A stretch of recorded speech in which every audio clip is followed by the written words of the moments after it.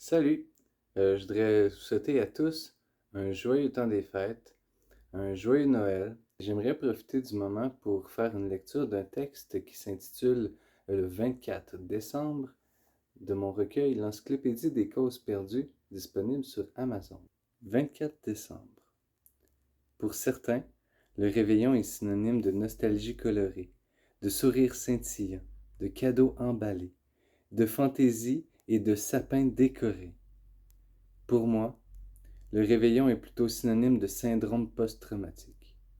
Le 24 décembre, je revenais de travailler pour m'apercevoir que mon copain avait, encore une fois, déserté et avec lui la télé ou l'ordinateur pour payer sa cam. Je passais le Boxing Day à racheter mes électros à plein prix au pawn shop du coin.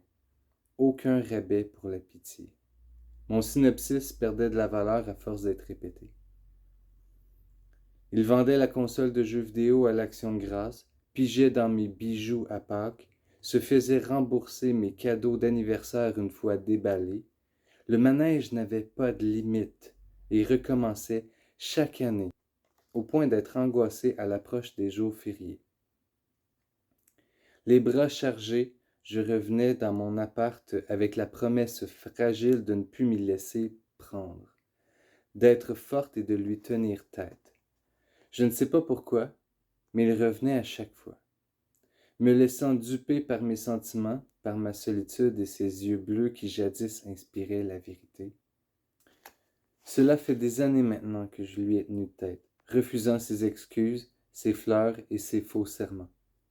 Mais tous ces mensonges ont fini par me ronger, m'amenant à douter de la parole des uns, des gestes des autres, des intentions cachées. Je le cherche dans le visage des mecs qui m'approchent. Je cherche ses paroles, ses mensonges, son vice dans leur discours. De peur de le retrouver, je fuis.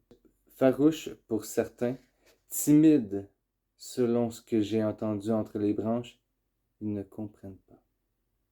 Cela fait des années et pourtant son ombre est encore présente. Ce soir, je travaille l'estomac vide, grugé par l'acide du passé. Même si je suis payé tant et demi et que je suis bien entouré, j'angoisse. Les cantiques de Noël rappellent les prémices de ces crimes. Le calendrier des chocolats de la salle des employés décompte à rebours le mauvais sort. Je suis tellement terrifié que je n'ose pas ouvrir les cases. Pour moi, tous les chocolats sont amers. Au fil des jours, mon ventre se serre de plus en plus, me donnant l'impression d'être petite par en dedans.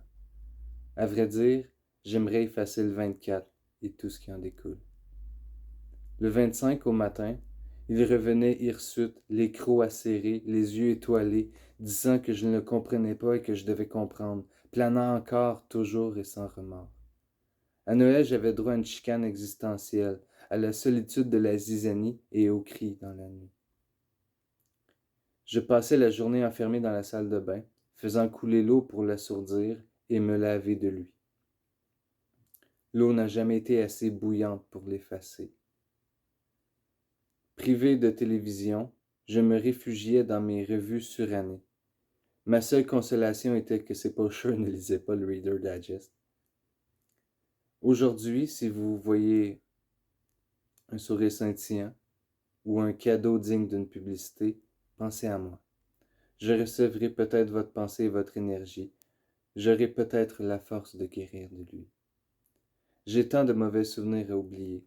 Le seul cadeau dont je peux rêver est un prince charmant pour tout réparer, pour tricoter de beaux moments, combler mon vide et ma solitude.